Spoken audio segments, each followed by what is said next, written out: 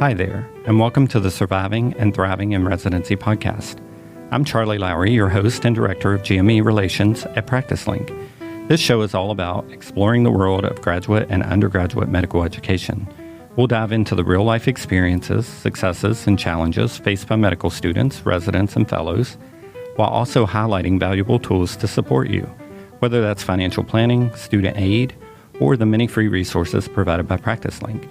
If you're thinking about med school, currently studying, or deep into residency or fellowship, this podcast is here to offer insights and support to make your journey a bit easier than those before you. My name is Charley Lowry, and I am Director of GME Relations at PracticeLink.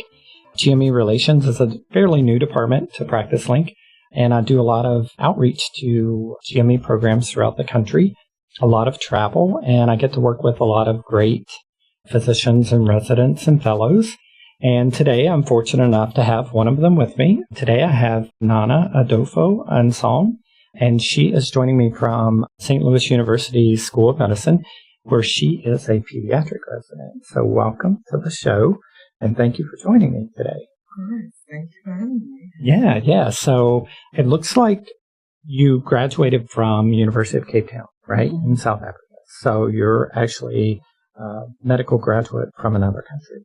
So tell me a little bit about that process and how many applications maybe you sent out, and maybe talk a little bit about the expense of that and any struggles or any hiccups or any problems that you had being a foreign medical graduate. That's a loaded question, but so graduated from the University of Cape Town Medical School.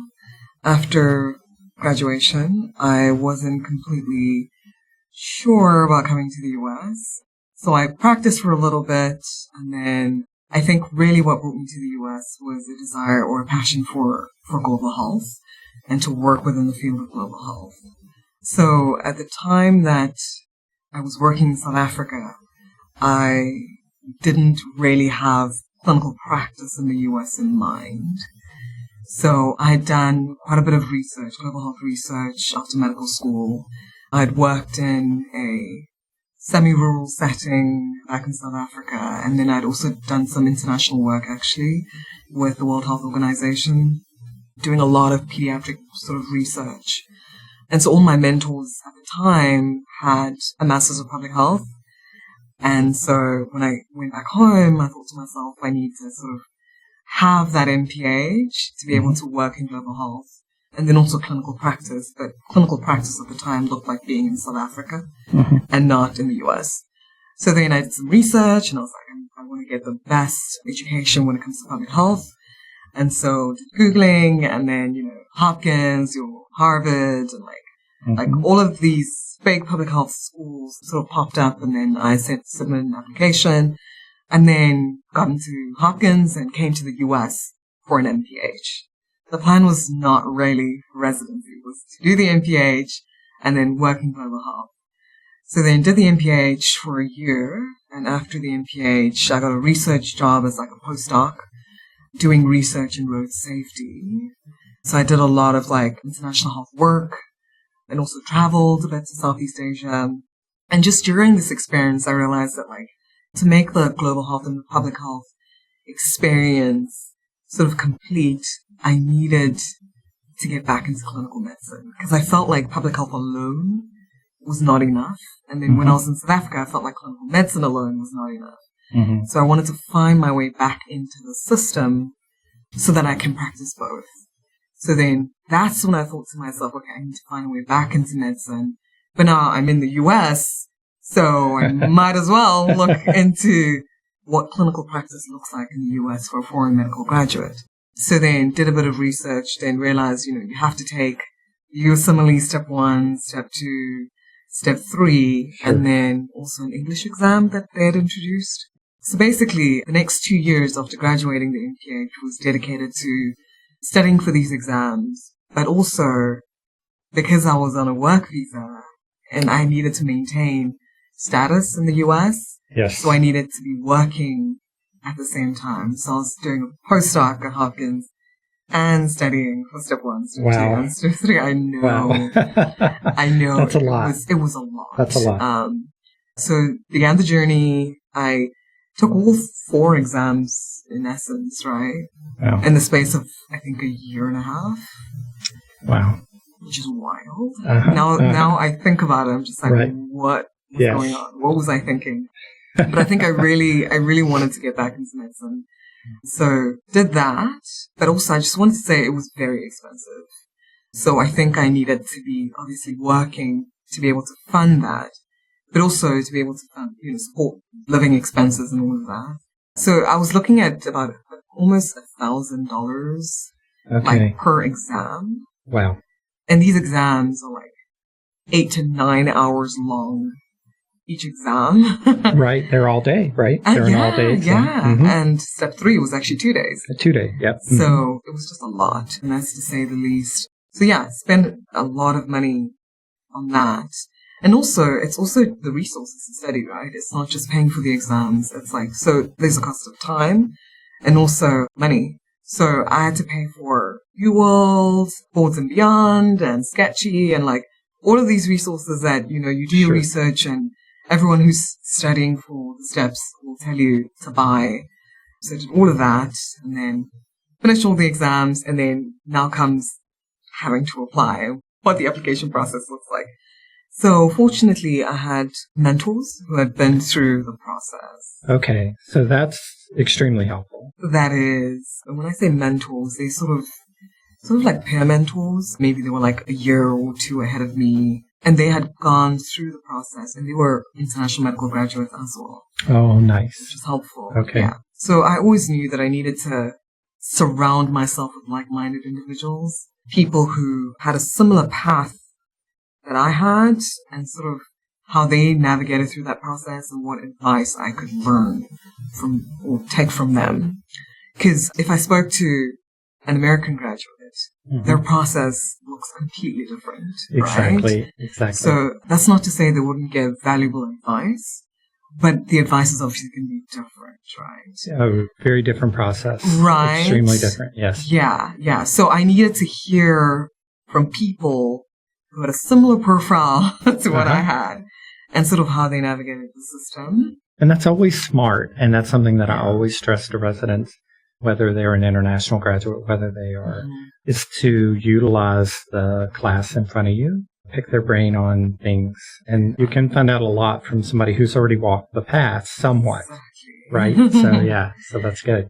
Yeah, so that was incredibly helpful. I spoke to, I think I had maybe 2 or 3 people who truly walk the journey with me. Because the downside is also if you speak to too many people, you tend to get confused. Right. That's true too. You hear a lot of negativity and a lot of don't do this and do this. Exactly. Yeah. It's too much. And I think what I will stress also is that all our paths are going to be different. At least that's one thing I took from this process is as much as like I can listen to Sandra and get her experience, and then speak to Bobby and get his experience. My own experience is going to be unique. It's not going to be the same as Sandra or Bobby's. So this is something I learned after the match. But I was obviously trying to sort of emulate the people that came before me, not realizing that my journey was definitely going to be different. So how did you end up at St. Louis University? How was the match, and how many programs did you apply to? When I started the application process, I was told to apply to 200 programs. I know.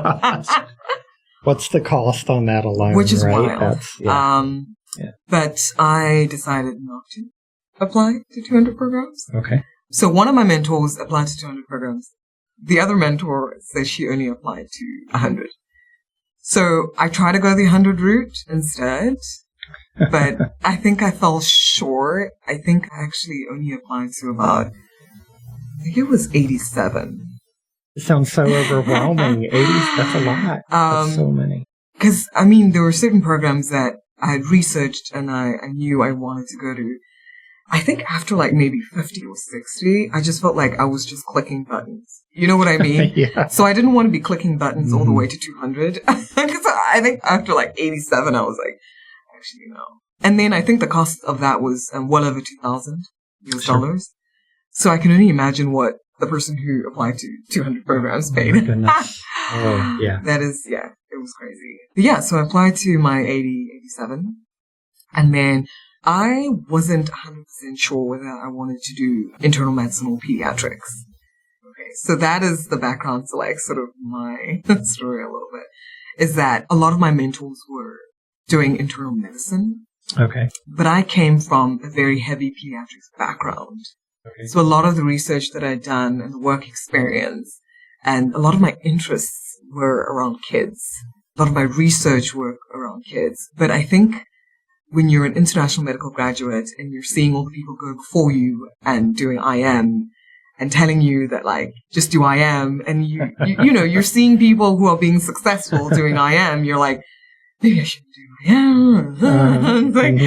So I applied to more IM programs, and then I applied to about like 11 pediatric programs out of the 87. But I knew I loved working with kids. But I was just like, you know, everyone who's gone before me has applied to IM, and so let me just do that. So that's what happened. And then the interview process was interesting. So I think we submitted at the end of September, and then you kind of like wait for them to review your application. Sure. And I actually need to talk about the components of the application. So what they stressed, what my mentors stressed, that's important for the application process as an IMG, is that you need to have US work experience. So there has to be some kind of clinical experience within the US that helps to boost your application. Sure. So I didn't have that. All my clinical experience had been in South Africa. So I spent a significant amount of time looking for opportunities to be in clinic with a US physician. Okay. And that was challenging because I think a lot of the physicians felt like medico-legally, they couldn't really have an IMG sort of partake in clinical activities. Right. Just sure. Yes. Because your license doesn't really reflect in the US as like being a physician. It's sort of foreign. So they didn't really know what to do with me. Right. If you're used to shadowing or something like that. By medical students, yes. Yeah. So that was very challenging. So I could only observe. I mean, you could speak, but you just had to observe, basically. You couldn't partake in rounds. You couldn't, like, do stuff. You know, it wasn't hands-on. So I had a few opportunities with some physicians at Hopkins who just were able to just help me observe some clinical activities. So I was able to put that in my CV. Anyway, along with my MPH and then the STEP scores and all of that. Yeah, so submitted my application, and then there's this period where you wait for them to review. And so got my first interview, I think, at the end of October.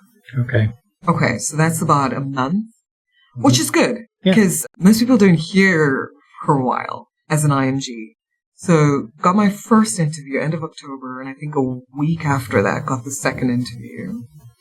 The third one came, I think it was November. So 2 in October and 1 in November, which was great. I just want to mention, I actually had not applied to SLU in all 87. Oh, SLU wasn't in the 87. Not in the 87, because again, there was a list that I was given by mentors, and I sort of followed a script. Something that was sort of prescribed for me, and I felt like people had success, so let me just do that. And so a lot of IMG prefer the East Coast. Almost all my schools were in the East Coast. Sure. The bigger cities, Boston, New York, and DC area. Yes. Yeah. Virginia, just like anywhere around there. I did not apply to the Midwest, I don't think, because I think I just didn't really understand it. I don't think I'd ever been. I think maybe once for a wedding to Chicago, but that was like a one-day event, and then I was out. So it would have been scary, sort of considering the Midwest, because I was like, I have no experience in the area. Why would I want to move there? But anyway, so it wasn't included in the 87. So the 3 interviews I had gotten was, one was at Hopkins, because I'd done my MPH and all of that. Sure. There. And then the second was in New York, a program in New York. And then the third was a program in DC. Oh, okay. Okay. It was rough. It was bumpy in the sense that, as in the process, in the sense that there wasn't a lot of feedback from other institutions or other programs that I had applied to. Just the anxiety alone during that period. Yes. I can't even imagine like what you're feeling at that point because you've invested so much. Yes. It's like you're at the highest peak of your life at that point. You're just waiting and I just can't imagine the anxiety. And also, coupled with that is that there were like rejection emails just like being sent out. Those are coming in also. Yeah. Right. During the waiting process, there was just a whole bunch of And you have your list programs. and you're marking them off as they come Actually, through. it got to a point where I just stopped. I just stopped marking them off because there were just so many Gotcha. coming through. And I just focused on the ones that were good. So prep for those interviews. I had like a little group. And we'd practice interviews and what the typical questions that they ask IMGs or ask applicants. So that was December, and then January, didn't hear from anyone else. No other programs. So February also it was quiet. I took step 3 in February. Then March, come match day. So just bear in mind, one of the programs that I had like interviewed with had really given me positive feedback. Mm-hmm. And they were like, we basically would love to have you in this program because we think you're an excellent fit. I went to their second look. All of these things that programs also tend to tell you just so you'd rank them high. And then I told them, they were like my number 1 ranked program, definitely ranking them number 1 and all of that. And they were like, yeah, we're also ranking you highly. And so all of that was said via email exchange. So come match day, that Monday, I actually did not match to any of the programs. And that's common. I mean, I think that's very common for a program to actually say that we're going to rank you, or I don't think it's as uncommon as people think. And then nothing. It doesn't happen. Yeah. And that's the scary part for the U.S.-based folks who sometimes will do what they call a suicide match, where they will just rank the one program. They're just putting all their eggs in one basket, and they're like, oh, and then it doesn't happen. At PracticeLink, we believe your physician job search should be simple, supportive, and stress-free. That's why creating an account has always been, and will always be, completely free for physicians. Create your free account today at PracticeLink.com to start receiving your latest and most exclusive job opportunities directly to your inbox. So you always have to be prepared for that backup, right? You always have to be prepared for that backup. So I don't think I was prepared for that, because it was almost like giving your word in a way. Because if I had taken the time to tell you that I'm ranking you number 1, you must just know that's happening. I'm not doing that and then secretly doing something else behind closed doors. You know what I mean? Exactly. So I think I wasn't aware that how common that was. And so it really took me by complete surprise, if that makes sense. To the point where it actually destabilized me a little bit. Sure. Sure. Emotionally and like also, I'd say physically, in the sense that I wasn't eating for like a couple of days, that kind of thing. So, because I was just really shocked. But after like speaking to people, then you begin to realize that actually it's happened to so many people. So then you ended up in a scramble, right? Yes. And that was actually the first time I was like also experiencing that. So it's actually, they're not really calling it a scramble anymore. They're calling it soap. Soap, right, exactly. I'm old school. I still say scramble, but soap. So that's a supplemental offer and acceptance program or something. Yeah, exactly. Yeah. And that starts that Monday, like an hour after you get the email, right? Right. It's which is crazy. Fast process. I'm like, because it hasn't settled in yet. Now, next minute, you're having to like start the research, and it's only a week.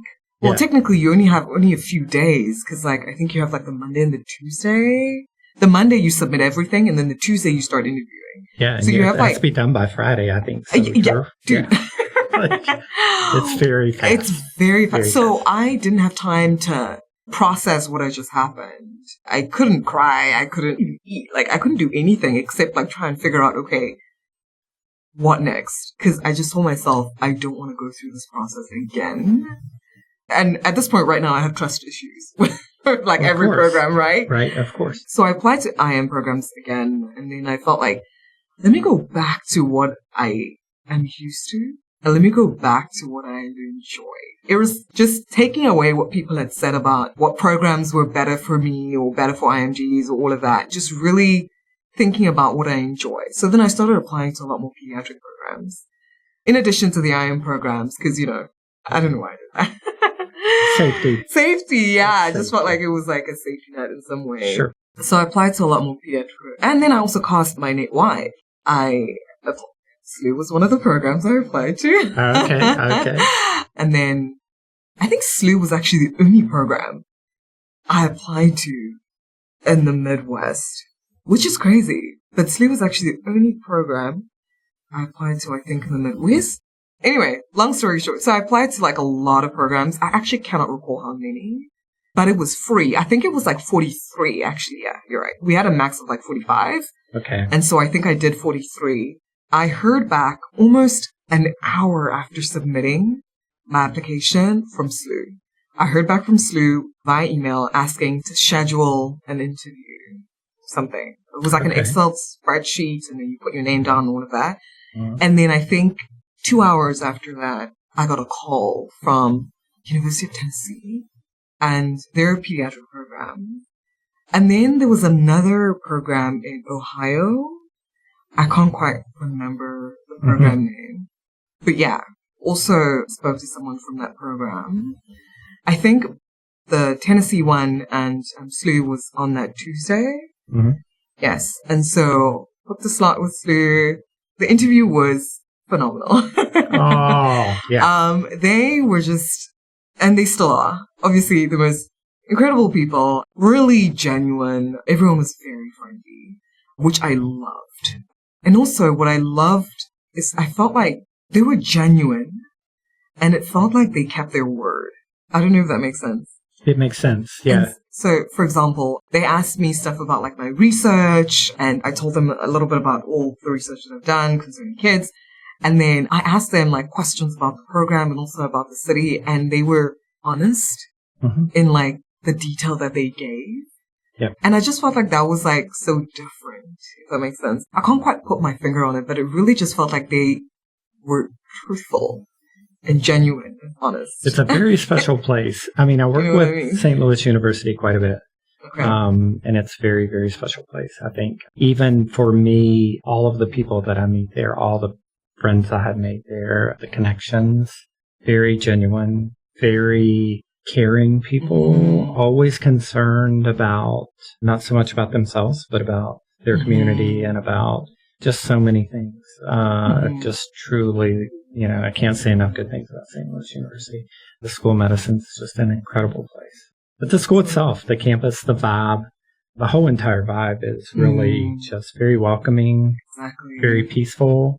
Yes. Right? These are the things that I was feeling during the interview. It's just this whole vibe, and it's the hidden gem, I think. It's just a wonderful place where people take care of each other. Exactly. Right? Yeah. So, yeah. That's my plug for St. Louis. But it's so true, though. It is so true. If you ever get the chance to visit, you should. It's a great atmosphere for sure. Yeah. And I think it's something that was important to me because coming from the experience that I just had, when I started to see these things during the interview process and like I started to feel this way, like it was very welcoming, they were genuine and all of that, I just felt like it was a safe space and it was a safe place to be. And so I think I was almost immediately locked in. So the interview went well, just mentioned the research opportunities that were available and some other questions that I had about opportunities to serve underserved communities, which is a passion of mine, if that makes sense. Vulnerable population groups. And they're like, yeah, St. Louis has like a large underserved community. It's so true, yeah. So just everything now, when I think about it and like, think about the interview back then, like everything they've said to me has been true. Being in the program, it's like they've never said, or they didn't say something that was just not true. So they spoke about like research and QI project opportunities and like being able to fund like conferences that I might want to attend and things like that. All of that has been true. Yeah. You know what I mean? I've done all of these things and they've been very supportive. And you're in pediatrics, which is where you should have been all along. Yes. Right? I mean, that's where you, obviously, your passion lies. Yes. Literally, if you look at my CV, like everything has been in pediatrics. It's so good. That's so nice. Yeah. Now I think about like, what was I doing? So had the interview with University of Tennessee. And then I told her the one program in Ohio. And then I'm trying to remember how it works. I actually can't remember if we rank. But I think they're the ones that have to give you an offer on the Thursday. So I don't think there's like a ranking system. I think you just have to wake up on the Thursday morning and then you see whether you have an offer or not. I think that's how it works. So after my interview, I actually sent the program director a message, an email. And I just basically said it was a wonderful interview. And like, I'm strongly wanting to be in their program and all of that. And then she just responded and said the feedback about my interview was great. And yeah, they think I'd be an excellent fit. And again, they gave me an offer immediately. I think 9:00. You open up the portal, whatever it was, and then that was the offer that I got, and I accepted, and that was it. And again, she was truthful. She was genuine. She said something. She said I'd be an excellent fit, and she gave me that. You know what I mean? So it wasn't like, you'd be great. And then I'm saying this because I think in that week, those were the things that were important to me. And I really felt like I found that with SLU and Cardinal Glennon. And you needed that to bounce back from the mistrust and from the sadness and all of the anxiety. You needed that. The other thing that I wanted to also add was, as much as we say it's very common for programs, to sort of conduct themselves the way that they did, I think as applicants, sometimes we take things because it's either a prestigious program or you just feel like you should be fortunate to even get an interview from a program. And that's a lot of the conversations that I was having with people. People were telling me, because you're an IMG, you should just be fortunate that programs had even taken some time to look at your application and to interview you. I cannot say enough how great it is to be in a program that values you and doesn't see you as, oh, you should just be grateful that you're here. So it's like everything that you've done, because we've done important things, even if it's not in the US, it's in another country. That doesn't take away from our experience, right? Our clinical experience, our professional experience. Well, and I think you know what I mean? It actually is probably, I would think that would be something St. Louis University looks at as well as the global concern. I mean, whatever you've done somewhere else, it's tied to us somehow. Okay. Everything is globally tied together. You know what I'm saying? I think it was just the conversations with like American universities are focused on having Americans in their residency program. Yeah. And so whatever you've done as an IMG isn't really credited because it doesn't hold the same weight, right? Because your training was in another country. But at the end of the day, even if it was in another country, it's still valuable experience. It's still valuable, right? Yeah. SLU gets that. SLU gets that. They understand that. And that's, that's very important. Yes. So coming back to finding a program that really values you, values your experiences. And on the really flip side, maybe says, we're fortunate to have you in our program, right? Not you should be fortunate to be in our program, but we're fortunate to have you. Yes. So that's important. That's important. Yeah. That's so nice. It's so heartwarming, it really is. It's good. So when you first visited St. Louis, what did you think? What were your thoughts there? So I had never come to the Midwest until I had to move. And that was to start the program. So I think I moved June 13th or 14th. And orientation was like June 17th. Oh, wow. So I waited like last minute to move. Okay. Because it was all kind of scary a little bit. I'm just like, I'm going to this place I don't know. Let me just take my time and, spend time with people in the East Coast. When I moved, I got introduced to a couple of people that friends knew. So I was able to establish some connections. And then we started orientation, which was great. What I love about my year group, I think similar in other year groups also, is that they're IMGs actually. Yeah. So I wasn't the only foreign medical graduate. There were other foreign medical graduates there. Sure. In addition to like American graduates. So it was a nice blend, a nice mix of different cultures. So I felt comfortable. You didn't feel out of place at all, even within like your age range, because I graduated in like 2017. And I think the typical American graduate who would be in my year group would be much younger. So I was like also nervous about that. But actually, there are people who are actually much older than me. Oh, yeah. Who have a lot of work experience outside of the U.S. And so it's just a nice balance and a nice mix of people, just on all levels. That makes sense. Yeah, it does. It does. Yeah. And I see a good mix of MDs and DOs as well. That's true. There are a lot of DOs and MDs. So a lot of programs you see a very heavy amount of MDs in a program maybe, or you might see a heavy amount of DOs in a program, but it's a really good blend. Yeah. So that's important too, I think. Yeah. So, I mean, all around, it was great. Hey residents, ready to land your first job after training? PracticeLink.com can help. Our free resource center has everything to get you started, from CV tips to contract advice. Visit PracticeLink.com's resource center today, and while you're there, create your free account to unlock even more tools for your success. So your orientation is a week long, right? They do it Monday through Friday, I think? It was 2 weeks. Oh, 2 weeks. Okay. Yeah. They fed us every day. Yeah. Which was wonderful.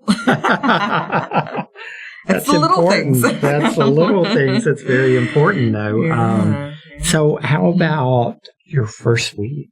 What was it like? I mean, how has it been so far? And for the GME community that's listening, for a medical student who's listening today, or for an up-and-coming resident, what would you tell them to prepare for? How can they prepare for that first week of walking in?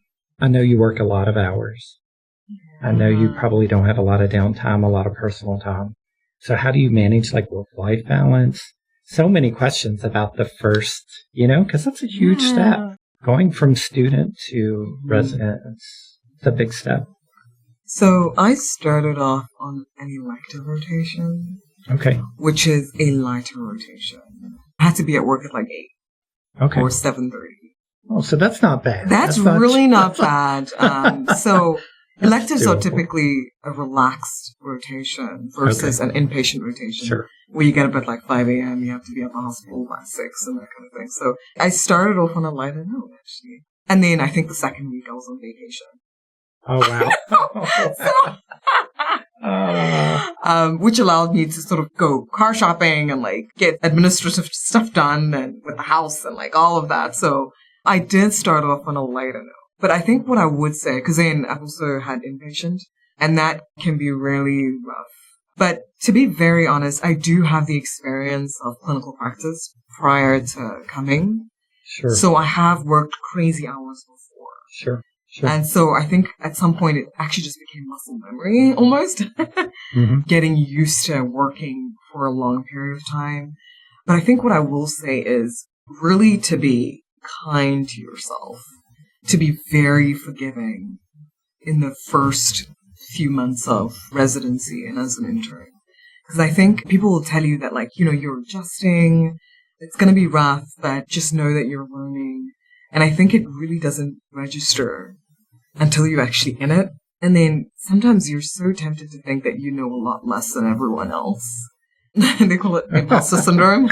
Like, why am I here? Did they make a mistake? Right.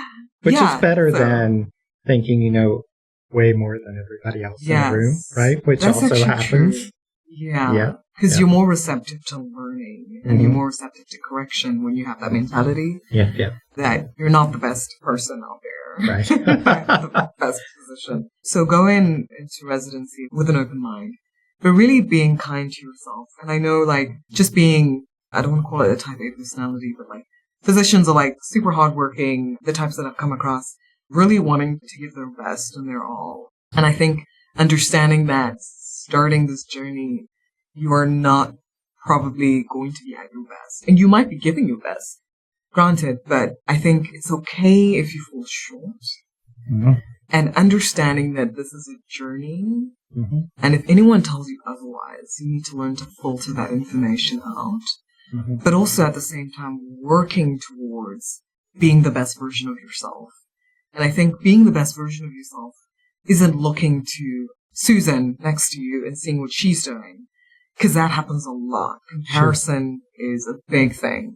You feel like you need to measure yourself against something, so then you start using your peers. Sure.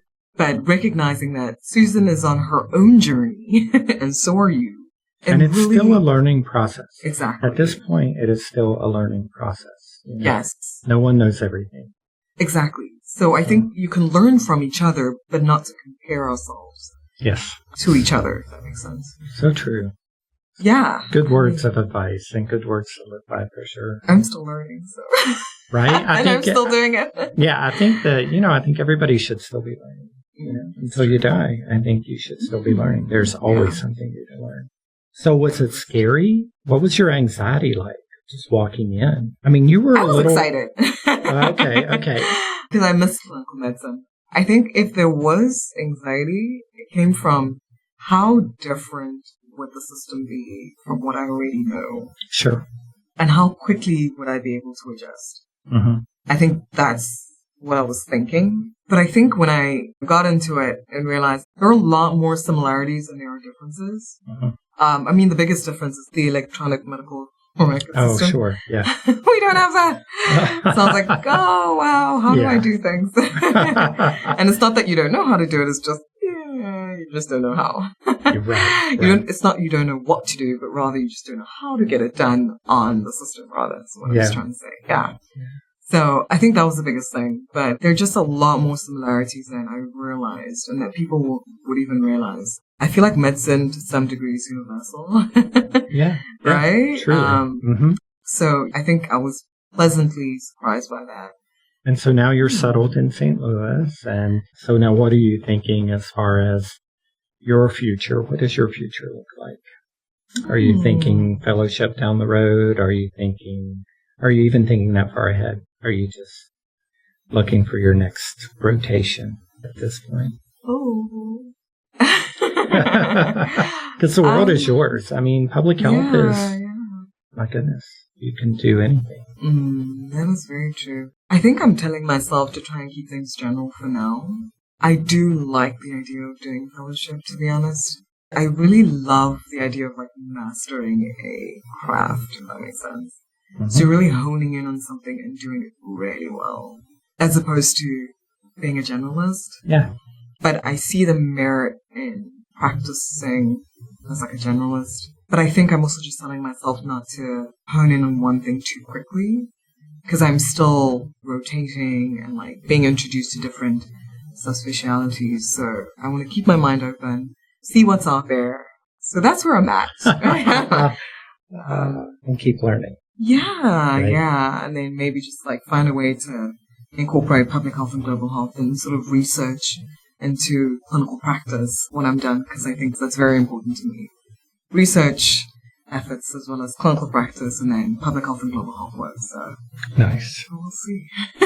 The world is yours. So you still have family in South Africa? I do. Okay.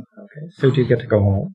The last time I was home was last year, actually. Okay. October, November. So it's got to be a little hard, right, to find the time to get home. That's a long trip. Yeah. It is a long trip. It's 24 hours. Wow. Yeah.